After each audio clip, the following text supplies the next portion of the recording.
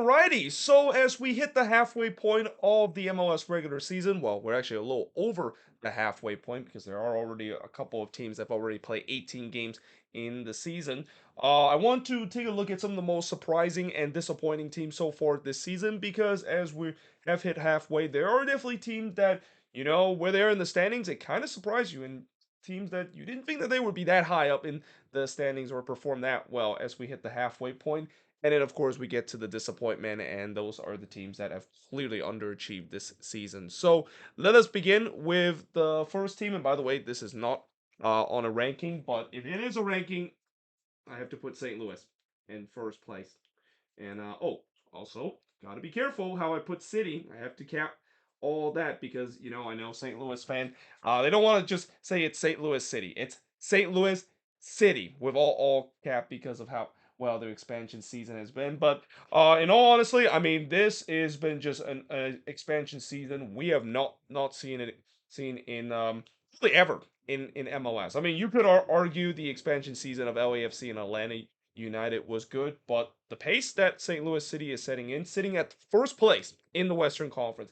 If you would have told me this team would be sitting in first place at the halfway point of the Western Conference, everybody think it would be crazy. Like not even the most optimistic St. Louis City fans would think that that would be the case, but here we are. They're still first in the Western Conference, and even though I said that this team is kind of unique with the way that this is a team that, unlike previous expansion team, they actually have a plan of how to play from the get-go. They have a plan in terms of playing that energy drink soccer from Bradley Carnell's day with the Red Bulls. But even then, you just don't know with the players that they got, whether if the style that they are going to implement it will actually work. And boy, did it work in a treat. I mean, nobody could figure out how to play that style in the first 5 games that they went on that 5-game winning streak to start their expansion life. That is the longest winning streak out of any team that started their life in MLS. And although, yes, I know there's going to be some critics and some haters have said that St. Louis has gone lucky, and especially I know the whole memes about the back pass joke of this team. It's part of the system. I mean, they implemented the system where they force teams to either make mistake or just kind of have that psychological point that teams are just going to make mistake because they're scared of the press that St. Louis put on them. So because of that, that's why they have capitalized on a lot of those mistake. And I know recently they have tapered off a little bit. I think they haven't won a game in the last 3 match. I mean, this team is still doing well. And what's also interesting is the fact that they're doing this without their best center back, Joachim Nelson, who, people forget that he's still with this team and he is supposed to be the rock to this place. But, their backline has done an excellent job. I mean, Tim Parker, he looked like a guy that is play as well as he was going back to his day with the Red Bulls, and then going forward on the attack. Joe Klaus was the big story, but he got injured, and Nicholas Giacchini has really stealed the the lights in this one. I mean, everybody thought that when Joe Klaus went down, that was a huge loss, but Giacchini perfectly replaced him. Now, the big question now is that can they do it again with Edward Leuven? Because I think Leuven is going to be out for a couple of games. You saw in the last game against Nashville how much they do miss Leuven, but they have depth, which is again something that you don't usually say about an expansion team. And again, they're on record of not only making the playoffs, but they could definitely break the record for the most point out of any expansion team. I believe the most point is like 52 or 50, 53 or something like that. I know LAFC, of course, said it, and it still feel like St. Louis is on that pace of potentially breaking that and probably finish the highest of any expansion team has ever finished in their expansion season. But we go to number 2. I gotta put my San Jose Earthquakes in there. So, despite the disappointing result in the last game against the Timbers, they actually moved up in the standings. They were stuck in fifth place for a long time. Actually, now move up into fourth position. And again, I gotta give a lot of credit to Luchi Gonzalez of the job that he has done. Now, I will say that the thing that I'm still a little critical with the Quakes is the fact that those blow leads that they had. I mean, you got to think if this team didn't actually just blow those leads both at home and on the road, and especially on the road, that is, this team actually would have been sitting near the top of the standings. In fact, I think at one point I talked about how if it wasn't for those games where they drop points after giving up goals in the 90th minute, they would actually be sitting at the top of the Western Conference, and you could argue they, along with St. Louis, probably the most surprising team this season. But I will say this, Lucha Gonzalez, he's done a great job with this team. And a lot of that has to do with the fact that this team just doesn't have that chaos kind of mentality that we saw under Matias Almeida. There feels like there's more organization in this team, which, again, going back to the Matias Almeida era, as much as I know the Quakes were probably must watch TV, and this is probably the most entertaining team to watch because you never know what they can do. I mean, they can crash and burn in big way and get blown out, or they play some of the craziest brand of soccer that I've ever seen before. But as a fan of the team, I really didn't enjoy the roller coaster ride. It was just way too inconsistent. It wasn't going to be sustainable. And with the fact that, yes, I know they haven't played that kind of style and it's not as entertaining under Luchi Gonzalez. I'm fine with that. As long as if it's getting resort, that is definitely a good thing. And especially, the other thing I would say about the Quakes is the fact that, doing this tough stretch that they had in May, they haven't really folded. Like, this is the thing that I think could be different from what I've seen with previous Quakes team, where we go through a crucial stretch, a tough stretch, and this team just kind of folded because they just go for a tough stretch and come out with just no points whatsoever.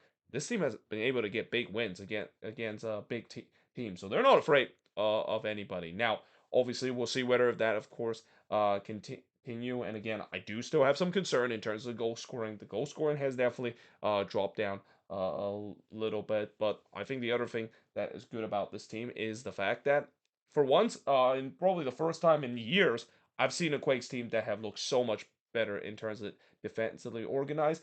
And not to mention, in the goalkeeping position, Daniel, in the last couple of games, he has been probably the best goalkeeper I've seen that has played for the Quakes between the sticks since David Bingham. I mean, he has completely changed my view of what he thought. Like, when he came into this team, at least in the first two games, I thought he was gonna be like that certain guy that's also called Daniel by the last name of Vega. But man, these last couple of games, and really ever since he came back from injury, he has played relatively well. And I just wonder whether those first two games was it because maybe just the fact that it's him getting into a new league and a new surrounding. And I know you would think that goalkeeper would be be be more accompanied to a new league because all they need is to make saves. Not always the case, and there it could be a little bit nervy moment at times if you're a new goalkeeper coming into a new league. But I also thought that maybe he was playing with injuries because he was out at least for a couple of weeks, and that again, ever since he came back, he has been just an absolute wall. Like there's been times he's been making some incredible save, bailing this back line, and while this back line, I do still see that there's some issue, and there are times where they give up sloppy turnover.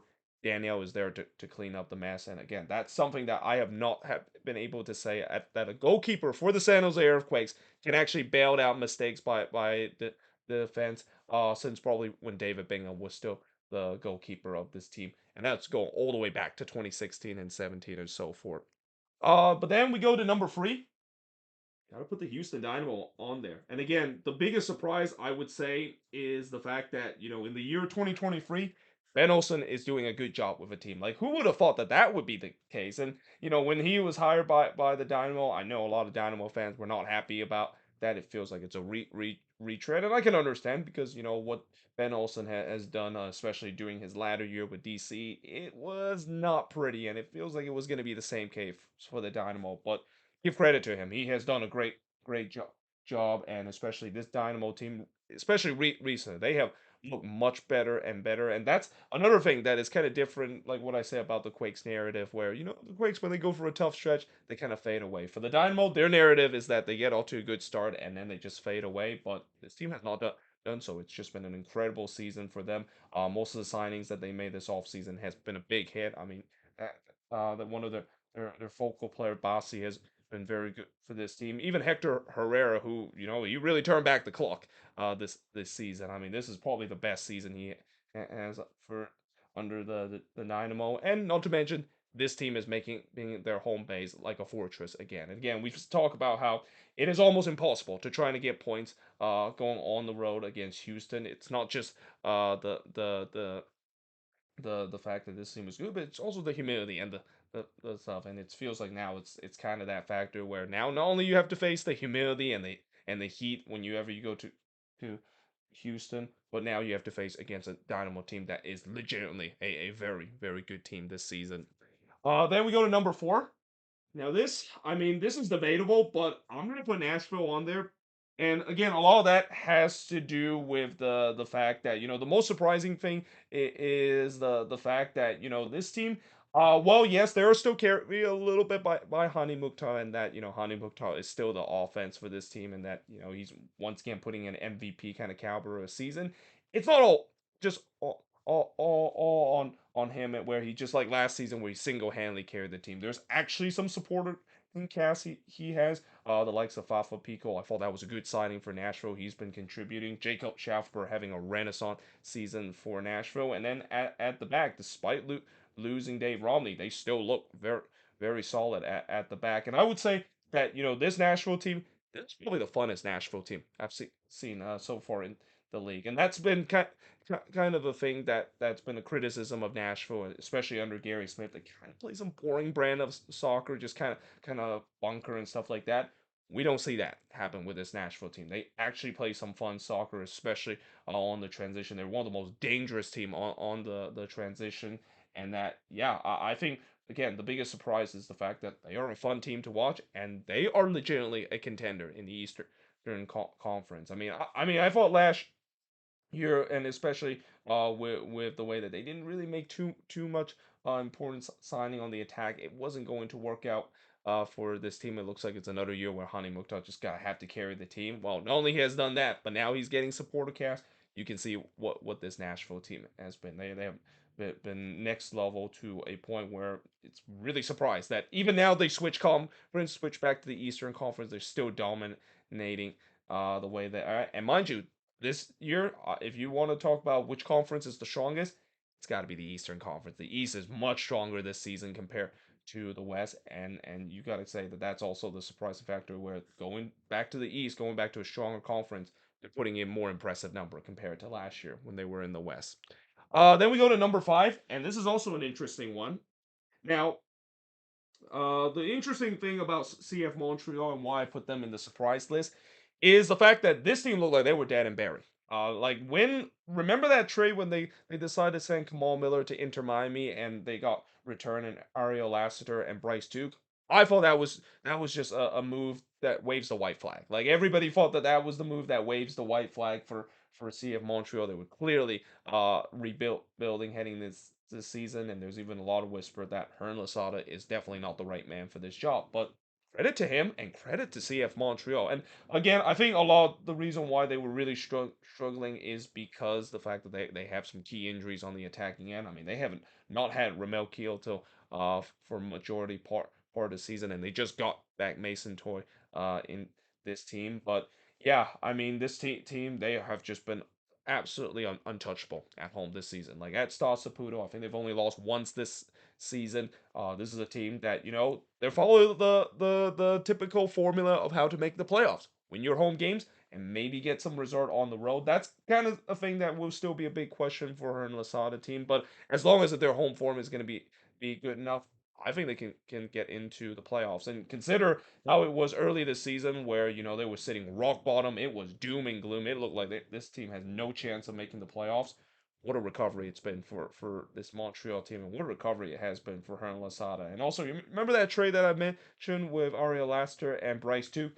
Bryce Duke has really fit very well. I mean, I wouldn't say he's as good as what Georgi Mihailovic was because again, you can't compare here the quality that Mihailovic brought to this team, but at least he's definitely replaced some of that. And Ariel Laster also scoring goals for his team and providing some weapons on the attack. And again, it's hard to believe. Like this is also why is a classic example of when you look at trades, you can't just grade them straight away. You can't just say that this team lost the trade and say that the other team got fleeced because you never know. And right now, with the way that Inter Miami is still struggling, and Kamal Miller, he hasn't really played well so far for Inter Miami. Even got a red card a couple of games ago. I would say right now, CF Montreal has definitely won that trade at least at this point. And again, for a trade that everybody thought that they got fleeced, they definitely did not. Not when you look at how the outcome has been. So now let's get to the disappointing factor, and these are the team that have been a huge disappointment. Number one, it's got to be the LA Galaxy. I mean, you knew this was going to be on the list. In fact, I want you guys to also check out this video by HITC Sevens that released a video talk about the collapse of the Galaxy. I actually watched this before I made this video, and it actually go to a detail of not just all about what's gone wrong this season, but really for just the past decade of how this team has took a huge fall from grace. Where remember the Galaxy was the standards in MLS. Boy, they have really drop off to a point where this is now officially rock bottom of how this season has been. And again, it's been bad. Like everything has been bad of this team, both on and off the pitch. The on-field product is absolutely terrible. Losing their most important player and their key player in Chicharito and their leader, that has to hurt for the rest of the season. And then, of course, off the field situation, we know about the whole Chris Klein situation. Now, eventually, they did get their wish, and I think that's probably the biggest W that the Galaxy would get throughout the season. Because when you look at this team, man, there's a lot of problem with this team, and I also have a feeling that removing Chris Klein probably won't actually solve the overall issue. I mean, he was part of the problem, and he's definitely the one that gets most of the attention. But I have a feeling when you look at this front office, and I even did the video talking about when Chris Klein is finally fired. I mean, it's great that the fans got their wish for, but there are still some more problem with this issue, especially how the is constructed, and the fact that it just this team just looked like it's doom and gloom this season, and that yeah, sitting at the bottom of the Western Conference basically spells that. Now we get to number two, and from one car crash to another car crash in the Eastern Conference, and that, of course, is Toronto FC. And this has been the case for the past couple of years. TFC, I mean, I think they're a classic example of what happened where money can't always buy you happiness and success, and certainly for TFC, it definitely can't buy them in terms of competing in the Eastern Conference. Well, I would say that they're still within in distance of making the playoffs, but that shouldn't be the standard for this team. This team should be one of the best team in the Eastern Conference. And again, I'm just gonna repeat what I've said about this team and what pretty much everybody said about this team. That is the biggest issue with this team. No depth whatsoever. This team has zero depth whatsoever. Once this team, when some of their starters goes down because of injuries, which I don't think anybody should be surprised that that kind of was the case. This team basically just collapsed. And even when they now started getting some key contributor, they're still struggling because they're just drawing way too many games. And it's just that mentality too, where when you lose so many games and you are unable to win games, it started to get into your heads. No matter if you get some of your best player back, and that's kind of what I said about Sporting KC too when they got off to such a terrible start. Where even when they started to get some of their best player back, they were still losing because they have that kind of losing mentality, and the players just can't get rid of that clown until they finally get a win. So I really think for this TFC team, they need to get rid of that mentality of keep drawing games and keep just dropping points late in the game. Like they have had a lot of leads in this season, but so many times they've dropped points and settled with disappointing draws. I mean, yeah, for this TFC team, you gotta say that things gotta change because I really think that if this team does not make it to playoffs, gotta say that there's gonna be some changes in the front office and especially in the coaching, and they might just blow it up because it's just not working with how things have gone this season. Then we go to number three. Now I'm kind of cheating here because I should just put one team, but I'm actually just gonna say it's both of the New York teams. The Red Bulls and NYCFC, it's been a disappointing season for both of these teams. I mean, for the Red Bulls, I think it's probably more disappointing if you want to measure which team is more disappointing thing. The Red Bulls, of course, it's more disappointing because when you look at this roster, I even mentioned in the beginning of the season, this looked like it could be the best constructed roster that they had since 2018. But little did we know that, of course, was not the case, and little did we know that the big problem for this Red Bulls, that team that has kind of haunted them for the past couple of years and still have not solved, they don't have a legitimate goal scorer. And, they were hoping that Dante Vanzier, of course, was the answer. And then, yeah, there's that whole racial slur out thing that he, of course, was punished. And that, to this day, he still haven't really got back into the starting 11. Maybe a lot of that has to do with trust issue with the players around the team. But yeah, it's just been an absolute car crash for this Red Bulls team, and not to mention their most important player, Lewis Morgan, has been suffering injuries throughout the season, and then he on the first game that he got back from the IR, well, actually on the second game that is, he got he injure himself again. Now is back in the IR. So it's just been a disastrous season for the Red Bulls. And even with Troy Lesnar, at least when he came in, he did give a couple of wins for this team, but that was kind of the new head coach boost. And what did I tell about how when you get a new head coach boost, it doesn't really last very long, and it definitely has faded away in the last couple of games. And again, the Red Bulls were a team that had a lot of hope that this could be the best season that they had in 2018, and especially the roster they built. It's been a very underwhelming season, and they could be joining like the Seattle Sounders last season, where this streak is going to finally come to an end this year. Whereas on the other side of the Hudson River, NYCFC. I mean, the disappointing factor is really more to do with just the City Football Group, and I would even put them in the surprising category too, but not for a good reason. Where CFG really didn't invest this team. I mean, for scouting network that has been for years considered to be the best in MLS, this is really surprised the fact that they have not reinvest in the money that they got. Well, actually, they haven't got that money for Tati Castellanos yet. That still is going to be one to determine how much they're going to get. And they hope it's going to be a big amount so that they can reinvest in the squad. But yeah, I'm surprised they didn't reinvest the squad earlier because, again, when you look at this team, I also think that there are definitely some underachieving too. These young talented player that they have up front has not really performed anywhere near the way that they think they should be. I mean, besides maybe Gabriel Pereira, all these players for this team has not performed well. I mean, Tatlas Magno, it's been a huge disappointment for him, and even Santi Rodriguez, a guy that was supposed to be the savior when he came back to this team, he's having an underwhelming season too. So yeah, overall, it's been a disastrous season. This is by far the worst season for NYCFC. And, I know the easy scapegoat will definitely be in Nick Cushing, and that I'm pretty sure he's under a lot of pressure right now. But I don't think, I can't really fault this all on Nick Cushing. I really think that, yeah, yes, Nick Cushing hasn't really endeared himself in terms of how he set up this team at times. But again, this is just, it feels like a team that for a team that for many years that they have some of the most top end talent for the past couple of years, it's kind of surprising how much that quality has fallen because of the fact that CFG has not reinvested in their team where they have done that so many times in the past couple of years. Then we go to number 4.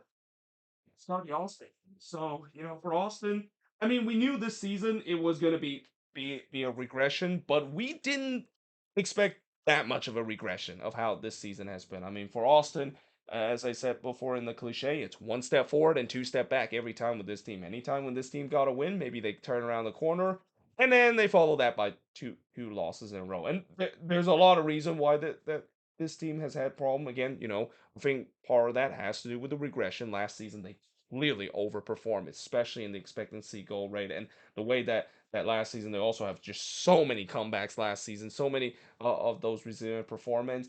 It was going to be hard to try to follow that heading into this season, but even then, I didn't think it was going to be a huge drop off as it is. I mean, there's been a lot of underachievement on this team. I mean, Sebastian Driussi, he's been injured uh, uh, uh, a couple of games, but even then, he's nowhere near the MVP level or close to being the MVP level. I mean, he unfortunately lost out because Hani Mukhtar also went nuclear that season too. I mean, if it wasn't for Hani Mukhtar, he definitely would have won the MVP that season. He has not contribute a lot. Rigoni again, still a disappointment, and now it's started to really become like a bust signing for Austin FC, and even Jersey Zardes. I mean, he had that good run where things looked like it turned around, and now he's back in a cold streak. And then let's not even forget about the back line, which I mean that back line is just it's not only bad, but it's also an indictment of the issue that Austin has had this season where they just didn't add depth. Like this team, we know last season, I mean, the reason why they were so good is because they were actually blessed of being one of the most healthiest team last season. And I think this season the big question is, well, what happened when some of those players goes down with injuries? Oh, and that happened. And the injury bug definitely catched them at the back, and they had no answer in terms of replacing them, and that Yeah, I mean, again, the back line has been bad, but as much as it you can blame on injuries and stuff like that, the fact that they didn't add depth in terms of that is an indictment of the problem that Austin faced this season, and they were hoping that they weren't gonna face this season, but now they are, and it is pretty clear that this team absolutely need to address that this summer transfer window. They need to add more depth in this team, and also hoping that some of the players that performed well last season won't underachieve. I mean, Diego Fagundes, I barely have seen him. I mean, a lot of that has to do he's been at times injured, but he's been nowhere near the player that he was last season. And again, just a lot of underachieving for this team. And even with what I thought that they regressed, I didn't think they regressed that much with so much underachieving in this team. Then we get a number five. It's got to put Orlando City in there. So I know some people might be surprised I didn't put Sporting KC there. Which, by the way, in terms of honorable mention, which I'll mention at the end, but I'll first put Orlando City as the disappointment because again, it feels like it's 2015 all over, or not 2015, but 2016 or 2017 was the year when they, of course, won the off-season champion by making a lot of signing. Looked like everything was going to go well, and then it turns out to be a disappointment. And it feels like this season it's the same thing too. Now, I think a lot of that has to probably now be because of the way Oscar Pereira sets up the team because the talent is definitely there. When you look on the attack, they have some really good high end kind of talented player. But it's just the way that Oscar sets up the team, and that I know there have been some people that have said that, well, during his time with FC Dallas in the latter years, he wasn't kind of giving talent. That's why he kind of faded away to a point where he was ousted in that job. Well, I would also say that, well, now he's been giving the talent, so why is he not performing at the same rate? And that again, I want to make that comparison of him doing with FC Dallas, where he performed well in his first couple of years, but then it just kind of started to decline, and it feels like it's the same case with Orlando City. Remember that 2020 season when he came in, how he played some of the most entertaining soccer that we'd seen an MLS team has play, and that has not been the same case ever since then. And it's strange too, because I don't know why he decided to. He's been becoming a little bit more negative in terms of his tactics at time, especially on the road where this is a team that just kind of hope and pray when they go on bunk or go on the counter, maybe nick a goal, and then they just bunker for the rest of the game. It just kind of doesn't make sense what they would do that, especially with the talent that they had, and also with the way that this back line has been really good, and this midfield has also been good. They don't really need to bunker like the way that they need to. Mainly, I mean, for those teams that usually do that, it's mainly because if they have a team that doesn't really have a good midfield or a good defense, that they're basically forced to bunker to not get completely exploited. That shouldn't be the case with this Orlando City team. So again, I just feel like this is clearly an example of Oscar Pereira not getting the best out of the players. But you can also say that some of these players have kind of underachieved. Some of these new signings that they have barely made any impact whatsoever. Like when the most impactful player in the new arrival is literally one of your super draft player in Duncan McGuire, something went wrong in terms of all the signings that you made in the offseason, and most of them turn out to be flops. So yeah, overall, again, I feel like Oscar Pereira could be under some heat because again, this with all the moves that they made, this team should not be where they are, which has been a very inconsistent team, and just kind of feels like they're having the same problem as last season, a team that is very boring to watch at time, barely scraping by resort, and aren't able to find any inconsistency whatsoever.